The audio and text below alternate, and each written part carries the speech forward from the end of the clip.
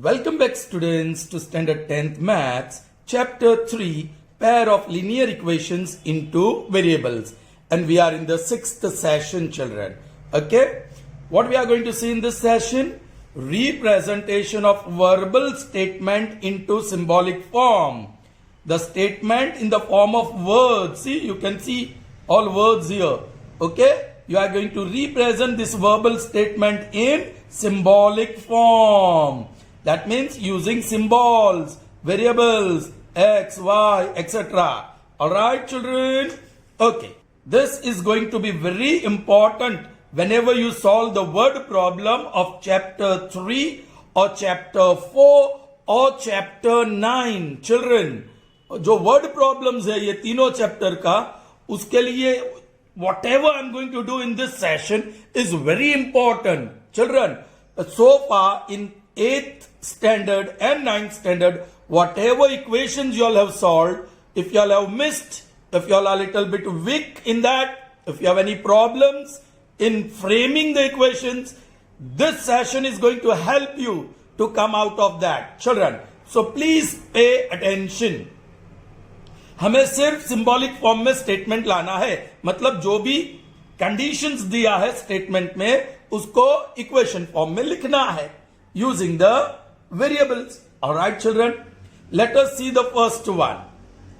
Aftab tells his daughter, 7 years ago I was 7 times as old as you were then. Children, this is the first condition. 7 years ago I was 7 times as old as you then. This is condition 1. I write C1. Alright.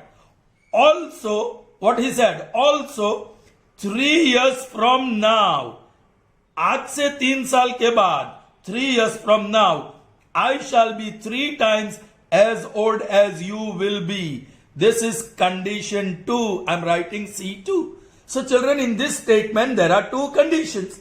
And very important, what are their present ages? This is what you are supposed to find. What are their present ages? Children, you may read the statement once, twice, or even more times. Understand the statement well. And first thing, okay, पहली चीज जो आपको करना है, first thing, okay, step 1 is क्या ढूंढना है, what you have to find, वो आपको जानना है. तो जान लिया, present ages of Aftab. I'm writing here, Aftab and daughter, present ages of Aftab and daughter. So I'm writing Aftab and daughter. Alright, children. Now, second step, children, tricky symbol. Tricky symbol. Alright. We are going to use tricky symbol या variables. Aftab के लिए A stands for age of Aftab, daughter के लिए D stands for age of daughter. So ये tricky हमने symbol use कर लिया है. Alright, okay. Step 3, conditions, जो भी conditions है उसको पढ़िए. Alright. और एक चीज बता दूं चिल्ड्रन, ये वर्ड प्रॉब्लम्स में कुछ प्रकार के सम्स के अंदर कुछ रफ वर्क आपको पहले से ही कर देना है. जैसे कि एज वाला कोई भी प्रॉब्लम आया तो आप पहले लिख दीजिए प्रेजेंट एज, फिर जो कंडीशन में दिया है, सी यहां कंडीशन में दिया है 7 years ago. ऑलराइट, सो यहां लिखो 7 years ago. दूसरी कंडीशन है 3 years from now, means 3 years after या 3 years hence. ऑलराइट, ये कंडीशन है. सो ये कंडीशंस आपको लिख लेनी है. प्रेजेंट एज पहले आएगा. जब भी कोई भी एज का प्रॉब्लम हो, so you write present age and in the condition whatever things are given you right. First condition में 7 years ago, so write 7 years ago. Second condition में 3 years from now, that means 3 years after. और ऊपर लिखेंगे आफ्ताब, आफ्ताब, और बाजू में लिखेंगे daughter. Alright, सो 1 2 3 column बनी और 4 row 1 2 3 4. All right children, be very careful. Present age of Aftab हमें ढूंढना है. So we are going to call it A. Present age of daughter भी हमें ढूंढना है. I am going to call it D. Correct children? ठीक है. अब बराबर समझो. 7 years अगो चिल्ड्रन, अभी सपोज मेरी एज 51 years है, तो 7 years अगो कितनी थी? तो -7 कर दो. So that gives me 46. So 7 years ago I was 46. Aftab की अभी की एज, मेरी अभी की एज 51 है. सो 7 years ago I was 46. Aftab की प्रेजेंट एज ए है, तो 7 years ago, yes, a -7. That is Aftab's age 7 years ago. Yes, what about daughter? The present age of daughter is D years. So 7 years ago, D -7. I am 51. After 3 years, I'll be 54. So add 3. So Aftab's present age is A. After 3 years, his age will be A plus 3. Daughter's present age is D. So after 3 years, her age would be D plus 3. Is that clear children? आपने या जो हमें करना है, जब भी कोई भी एज का प्रॉब्लम हो तो ये चीज हमें लिख लेनी है. लिख दिया? ठीक है. Now see the first condition. 7 years ago मतलब ये वाली कंडीशन. 7 years अगो ये वाली condition. All right. Age of I was 7 times as old as you were. I means Aftab and you means yes daughter. Children एक काम करते हैं, इसको हम जनरल सिंबल में लिख देते हैं. एज ऑफ आफ्ताब को x कह देते हैं, एज ऑफ डॉटर को y कह देते हैं. तो ये x -7 हो गया, ये y -7 हो गया, ये x +3 हो गया और ये y +3 हो गया. All right, please try to understand. ये जो सिंबल है, ट्रिकी सिंबल, हम इस कंडीशन के लिए यूज करेंगे. Please. 7 years ago I was मतलब Aftab was 7 times as old as daughter was then. Okay, so see how I am writing. 7 years ago, तो इसी रो में मैं लिखता हूं Aftab means A was equal to 7 times as old as daughter. Be careful children. हमने ये verbal statement को symbolic form में लिख दिया जहां हमने ट्रिकी सिंबल यूज किया है. नाउ ए, ओके, यहां भी लिख दो ए और यहां डी लिख दो. A for Aftab, D for daughter's age. Okay, चलिए. What is A in this condition? That is x -7. Alright, is equal to 7 times D. In this condition, what is D? Y -7. So this is your first equation, children. आपको पहली condition से पहला equation मिला. Alright. The next one. And 3 years from now, मतलब यहां 3 years from now, ये रो में I shall be, that means Aftab shall be, A shall be 3 times as old as you will be, means 3 times as old as daughter. Aftab will be equal to 3 times D. Okay, लेकिन ये कौन सी condition में है, कौन से रो में है? Third में. A stands for x plus 3, okay, is equal to 3 times D. D stands for, in this row, y plus 3. Finish. This is equation 2.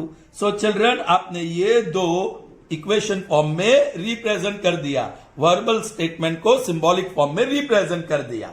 सिर्फ इतना सीखना है इस सेशन में. So these are the 2 equations you got from this statement. यहां x क्या है? Present age of Aftab. और y क्या है? Present age of daughter, which you are suppose to find.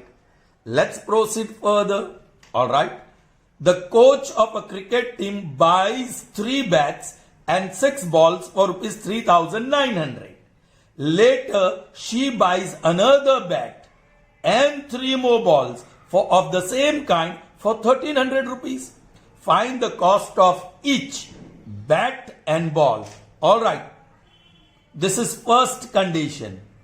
All right. The coach of cricket team buys 3 bats and 6 balls for 3,900 rupees. Later, she buys another bat and 3 balls of same kind for 1300 rupees. So that is condition 2. ये condition 1. This is condition 2. Alright? And you are supposed to find the cost of bat and ball. Bat and ball. Children, यहां तो दोनों का B ही आएगा. So सीधा ही लिख देता हूं जो जनरल सिंबल है एक्स और वाई. Be careful. बैट का कॉस्ट, एक बैट का कॉस्ट एक्स रुपीज, एक बॉल का cost y rupees. Alright children. So okay, एक और चीज, जब भी रेट की बात आती है, या cost of one bat means rate of bat, cost of one ball मतलब रेट ऑफ बॉल. आपको एक चीज याद रखनी है, quantity multiplied by rate is equal to total cost. Quantity multiplied by rate is equal to total cost. ये चीज याद रखना, जब भी कॉस्ट, रेट और कोई आर्टिकल, नंबर ऑफ आर्टिकल्स की बात आती है, तो quantity into rate is equal to total cost. आपने एक पेन लिया, रेट 5 रुपीज है, तो 1 times 5, total cost of that 1 pen is 5 rupees.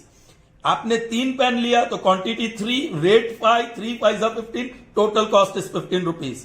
आप 1 केजी एप्पल का 80 रुपीज है, आपने 5 केजी एप्पल लिया तो क्वांटिटी 5 केजी, रेट 80, 5 80 और 100 rupees is the total cost.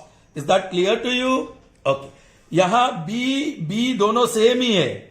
So B I mean tricky symbol में नहीं यूज कर रहा हूं, डायरेक्ट, और ये आसान भी है. चलिए चिल्ड्रन, पहली कंडीशन, 3 बैट्स, क्वांटिटी 3 और बैट की rate x, so total cost 3x. सो कितनी बैट खरीदी उन्होंने? 3 bats. And what is the total cost of 3 bats? 3x rupees. Alright, okay. और 6 बॉल्स, क्वांटिटी कितनी है? 6, और रेट बॉल का कितना है? y. So quantity into rate, that is equal to 6y. This is the total cost of 6 balls. 6 balls cost rupees 6y, and the total cost of bat and ball purchased is 3,900. सीधा equation मिल गया children. Did you understand? Okay. Now later she buys another bat. Number of bat is not given, so only one bat. Yeah, one bat costs rupees x. Correct children? And 3 more balls. Now this time quantity is 3 and ball, yes, y rupees. So 3 into y, that is 3y. So 3y is the total cost. Yes, 1 bat plus cost of 3 balls. Total amount paid is 1300 rupees. This is your second equation. Clear to you children? Good. Chaliye, moving on to the next one. The cost of 2 kg, again cost इसके जैसा ही है. The cost of 2 kg apples and 1 kg grapes on a day was found to be 160. So this is your first condition. Alright? The condition tells that 2 kg apples plus 1 kg grapes, the total cost comes to 160. After a month, the cost of 4 kg apples and 2 kg grapes is rupees 300. So this is condition 2. Find the rates of apples and grapes. आपको rate ढूंढना है. मैं यहां लिख दूं Apple और यहां लिख दूं grape. Alright children, grapes, A for apple and G for grapes. So rate of apple, 1 kg apple cost A rupees and 1 kg grapes cost rupees G. Alright, बड़ा आसान है. वो चीज फिर से मैं लिख दूं यहां लिख रहा हूं, quantity multiplied by rate is equal to total cost. अब पहली कंडीशन देख लीजिए आप. ओके, और इसको ओके आई राइट हियर, और इसका कॉस्ट में जनरल सिंबल एक्स लूंगा और ग्रेप्स का जनरल सिंबल वाई लूंगा. Is that clear? Okay, tricky symbol और जनरल सिंबल दोनों लेना है. ट्रिकी सिंबल इसको रिप्रेजेंट करने के लिए 2 kg, quantity 2 kg Apple, so Apple का rate A, so total cost 2A. Alright, चलिए. So 2A plus, right, and 1 kg grape. Yeah, 1 kg grape का हमने G बोला है. So G and the total cost comes to 160.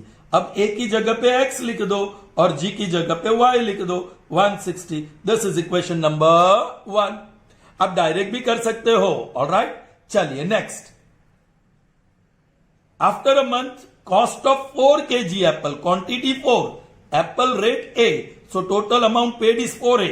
For apples 4A rupees is paid, all right, and 2 kg grapes, so again the quantity is 2 kg and the rate of grape is G, all right, so total cost is 2G.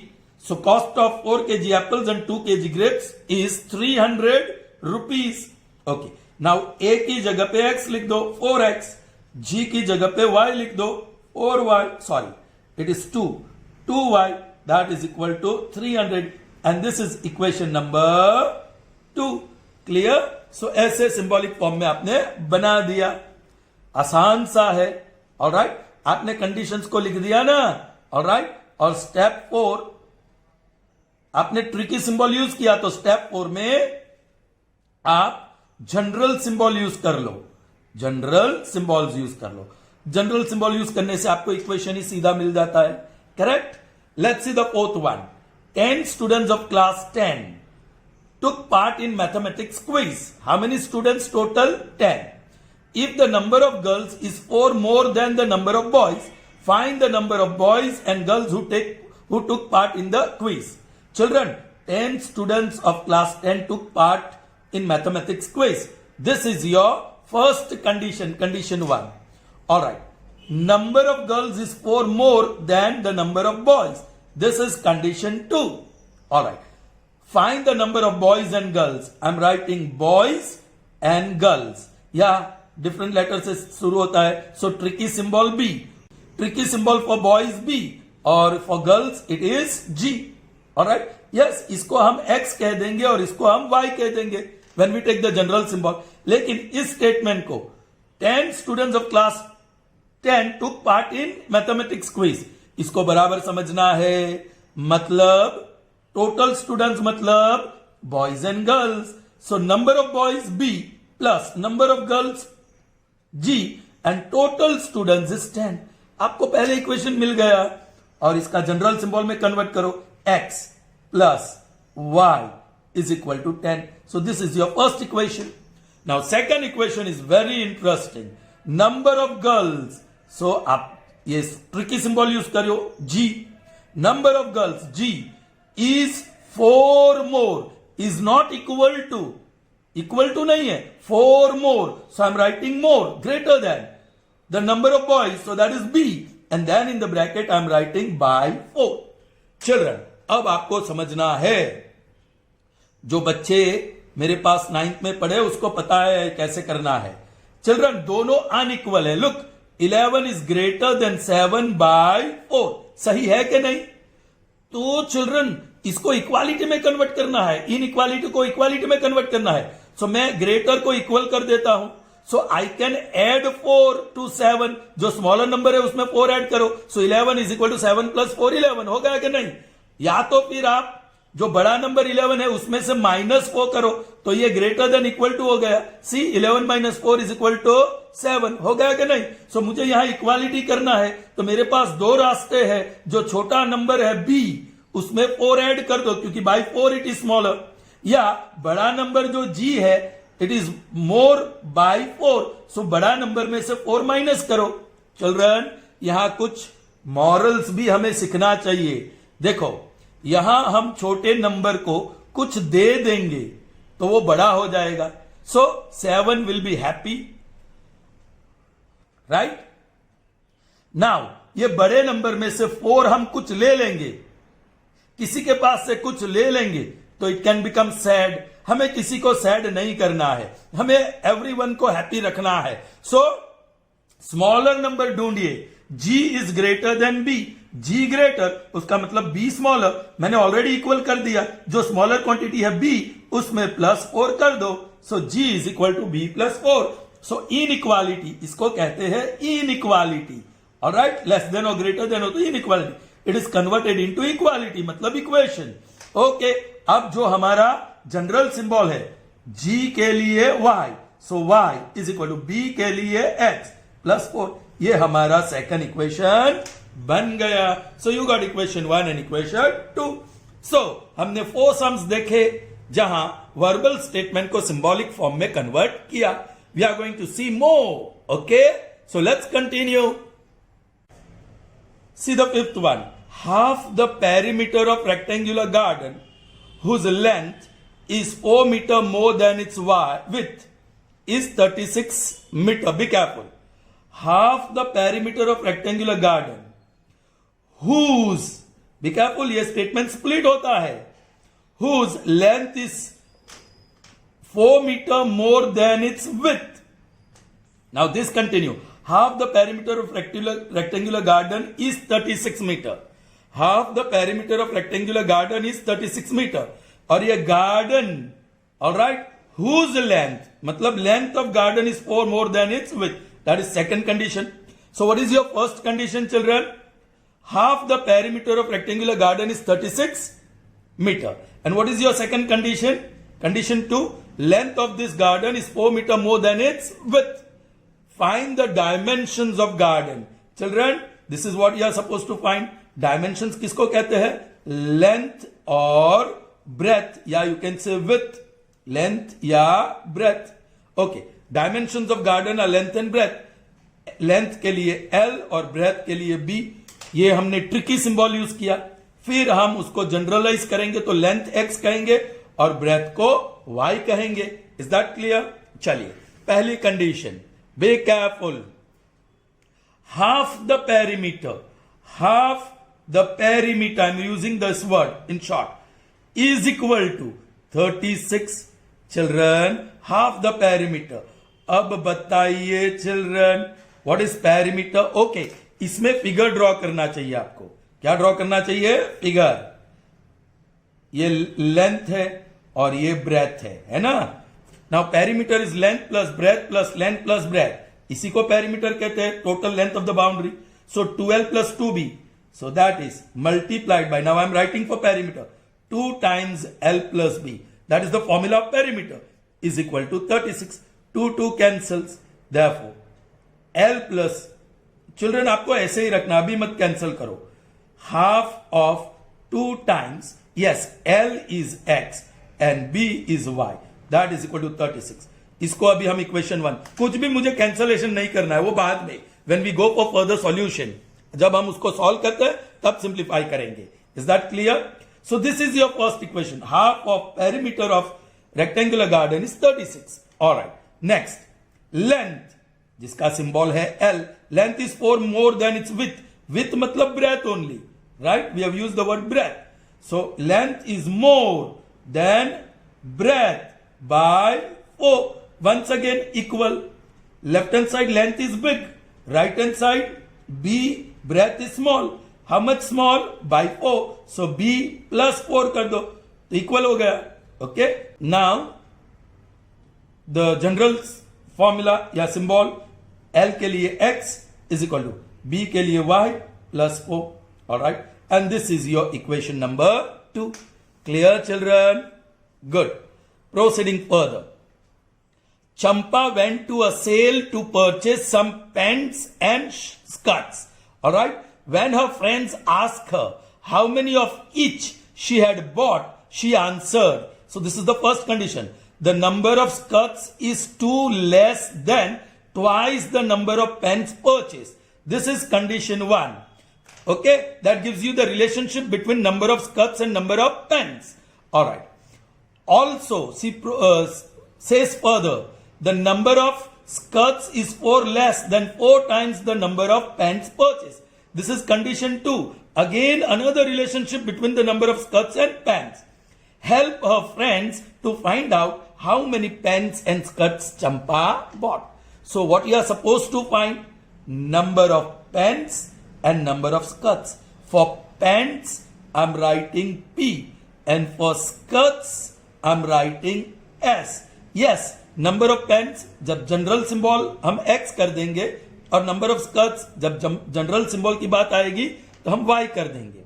अब पहला statement, number of skirts એટલે s, number of skirts means s is less is 2 less, so you can say by 2. Number of skirts is less by 2 then twice the number of pants. So 2 times P. पहले inequality को equality में convert करो. S stands for number of skirts, P stands for number of pants. Equal कर दो. इस बार S is less.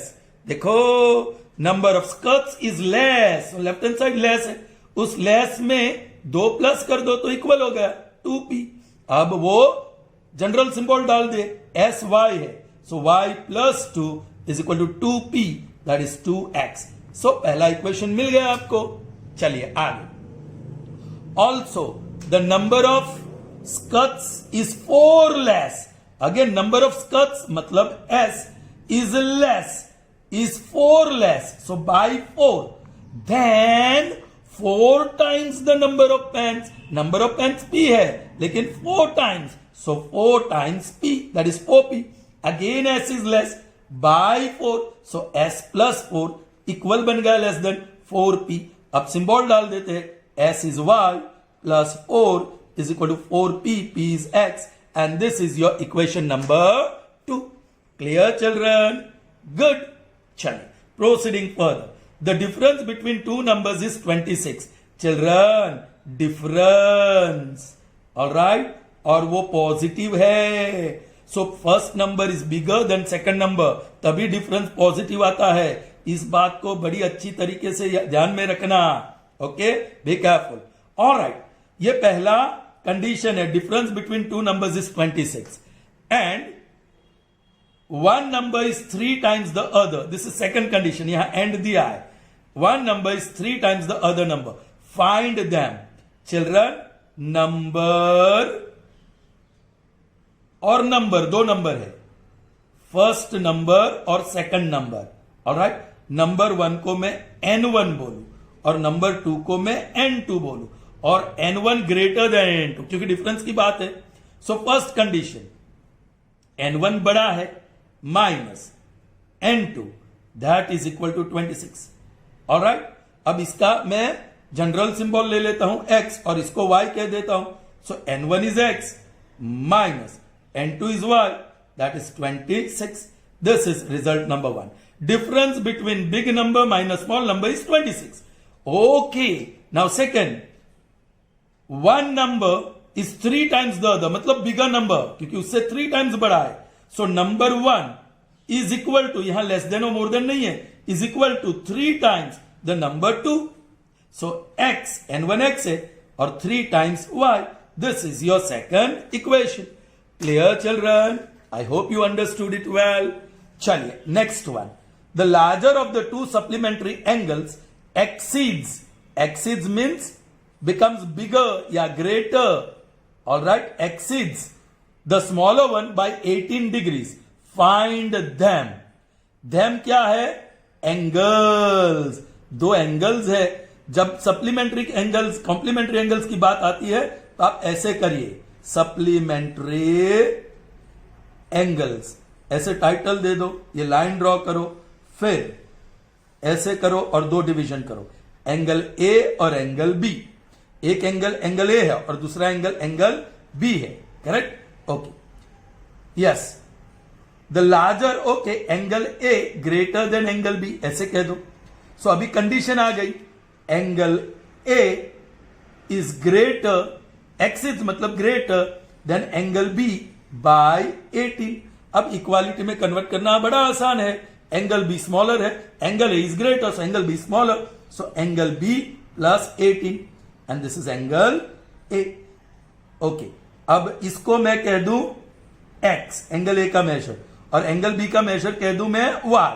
So X is equal to Y plus 18. This is first equation. Children, अब मजे की बात है.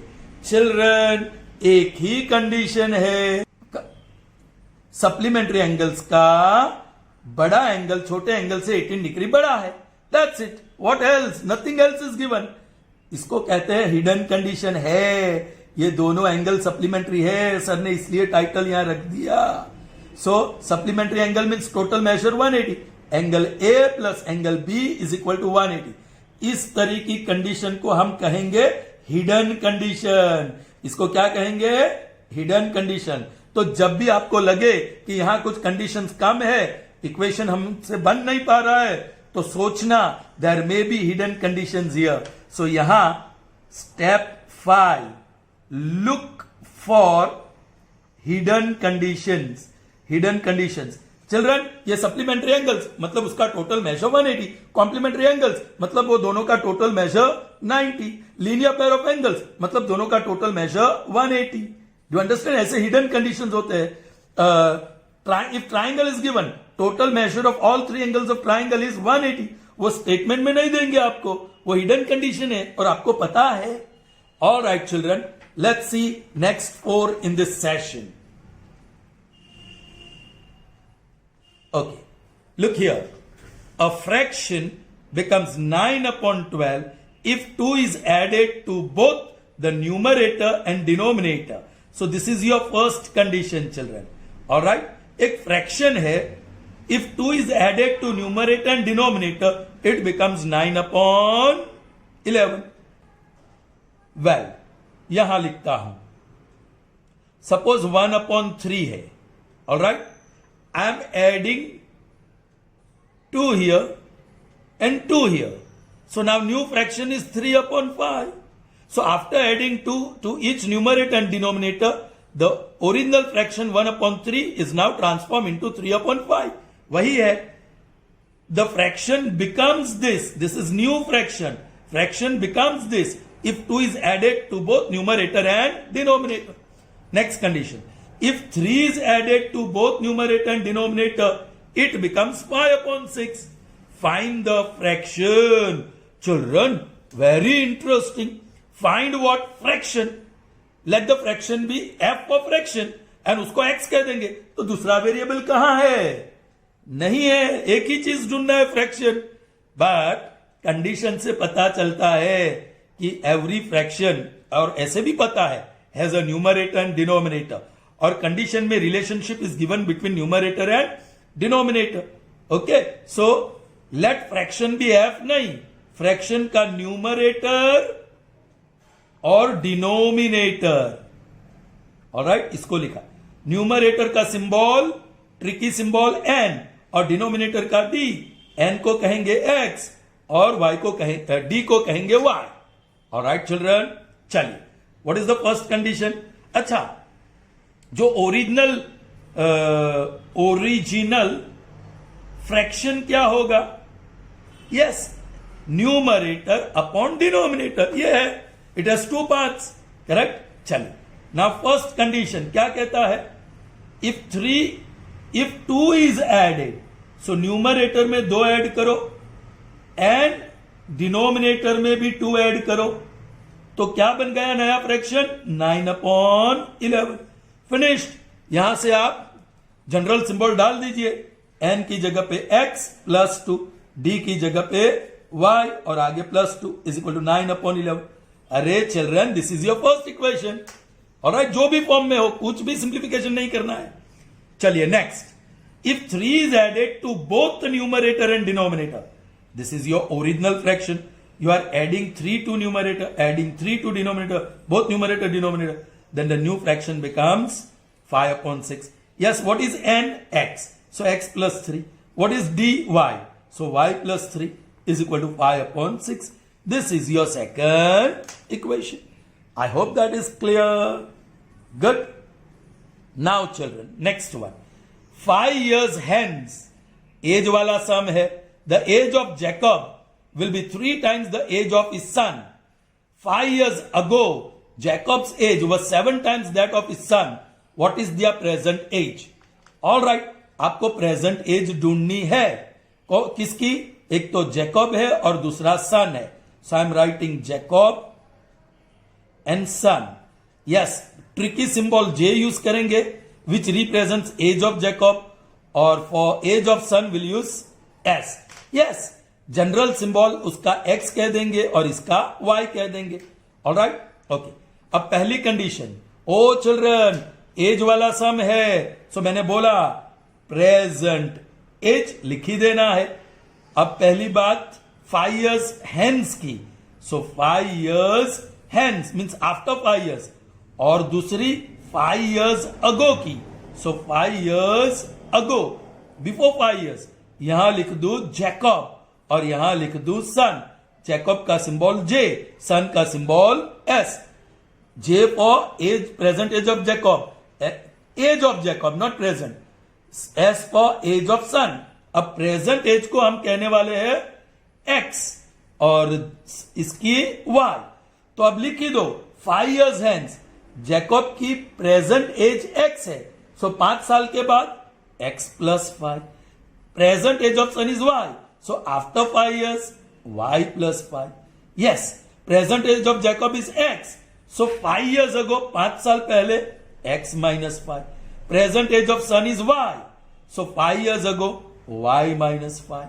यस चिल्ड्रन, अब बारी आती है condition 5 years hence। I am going to put arrow, nice arrow here. इस लाइन में देखो जैकब्स एज, सो जे उसी लाइन में लिखो, will be 3 times, so is equal to 3 times the age of is son, मतलब S.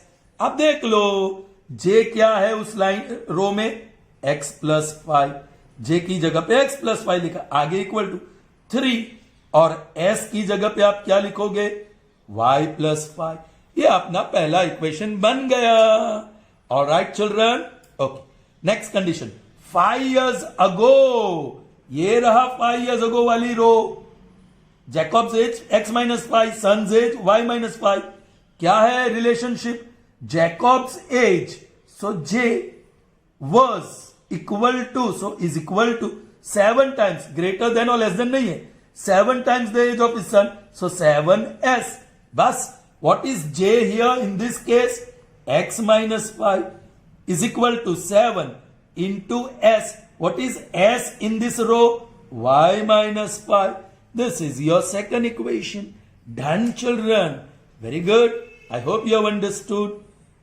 Alright children, I'll do this first, वो भी as वाला है इसलिए। Alright, let me do that first। 5 years ago Nuri was 3 times as old as Sonu, ये सोनू है, alright। और 10 years later Nuri will be twice as old as Sonu। How old are Nuri and Sonu? Nuri हम n कहेंगे, सोनू हम s कहेंगे। Of course नूरी का present as x, Sonu का present as y, और एज वाला है, सो हम यहां नूरी लिख देते हैं पहले, फिर सोनू लिख देते हैं। यहां पहले प्रेजेंट एज, फिर जो कंडीशन में है 5 years ago, दूसरा 10 years later, 10 years later। अब हमने बता ही दिया है नूरी का general age, present age general form में x, और सोनू का y। तो 5 years ago, 5 साल पहले नूरी का एज होता x माइनस 5 और सोनू का एज होता y माइनस 5। 10 years later, अभी x है तो 10 साल के बाद उसकी एज होगी x प्लस 10। सोनू की हाल की एज, प्रेजेंट एज y है, so after 10 years it will become y plus 10। ठीक है, नाउ सी पहली condition, condition 1, 5 years ago, 5 years ago वाली रो ये है, नूरी, सो n was ग्रेटर देन और लेस देन तो नहीं है ना, yes, was thrice means 3 times as old as Sonu। Finished। n, what is Nuri's age in this row, x minus 5 is equal to 3 times s, what is Sonu's age in that row, in that condition, yes, y minus 5। ये आपका पहला equation. ठीक है, now let's see the next one. 10 years later, मतलब ये condition ये रो में देखना है, नूरी, सो n will be equal to twice, so 2 times as old as Sonu.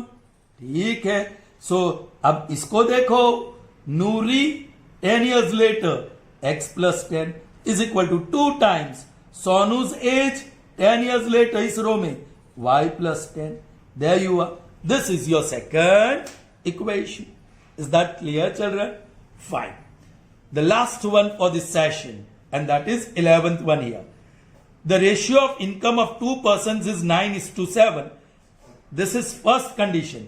Ratio of incomes of 2 persons 9:7, and the ratio of their expenditure is 4:3.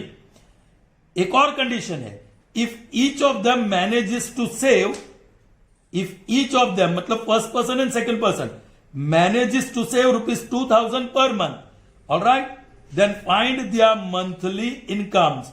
Target पहले monthly income. I'm going to write person 1, person 2, monthly income I1, I for income, then iska I2. You are supposed to find this monthly income. I'm going to call this X and this one Y. That will be the general symbol. All right, children. अब बड़ा लंबा काम होने वाला है. Ratio of incomes I1 is to I2 is equal to, देखो मैंने tricky symbols use कर दिया. द रेशियो ऑफ इनकम्स है I1 is to I2 is 9 is to 7. Children ये पहले से नहीं होगा यहां. It is going to become difficult. Okay, या so I1 let I1 is equal to 9x, then I2 will be 7x. देखो ये I1 हमारा 9x कहना पड़ा कंडीशन से, यहां एक्स्ट्रा कंडीशन है, और I2 बन गया 7x. Is that clear? Okay, next condition, ratio of the expenditures. So मैं E1 is to E2 बोलूंगा. फर्स्ट पर्सन का एक्सपेंडिचर E1, सेकंड का E2, that is equal to 4 is to 3. उसका मतलब late E1 B equal to 4y, दूसरा variable लेना पड़ेगा, ratio अलग है. Then E2 will be 3y. Is that clear? अब ये 1, ये फर्स्ट और ये सेकंड. अब इक्वेशन तो बना नहीं है चिल्ड्रन. इनकम्स दोनों की और दोनों का एक्सपेंडिचर और दोनों का सेविंग भी दिया है. What is the saving of the first person? S for saving. Each of them manages to save. So saving S1 2000,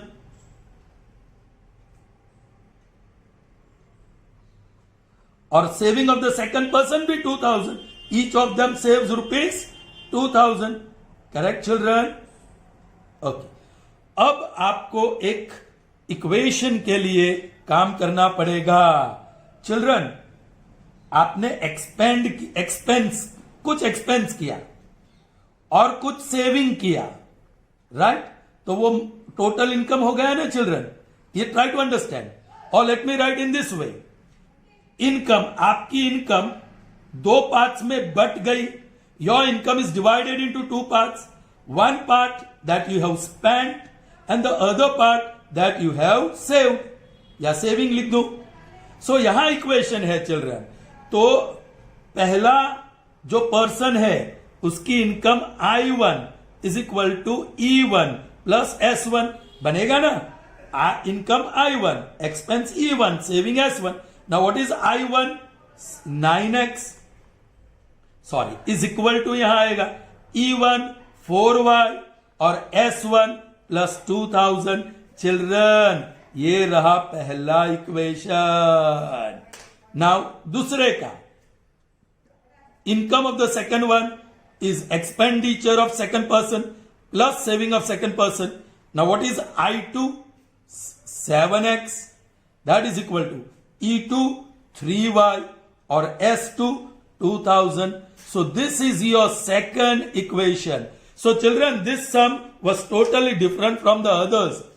Yes, income I1 को 9x सपोज करना पड़ता है और इनकम I2 को 7x सपोज करना पड़ता है. आप ऐसे लिखना. Okay, right now you see how you got the equations, then we can solve it. Is that clear to you children? So here we end up the session. See you in the next session. Till then, good bye.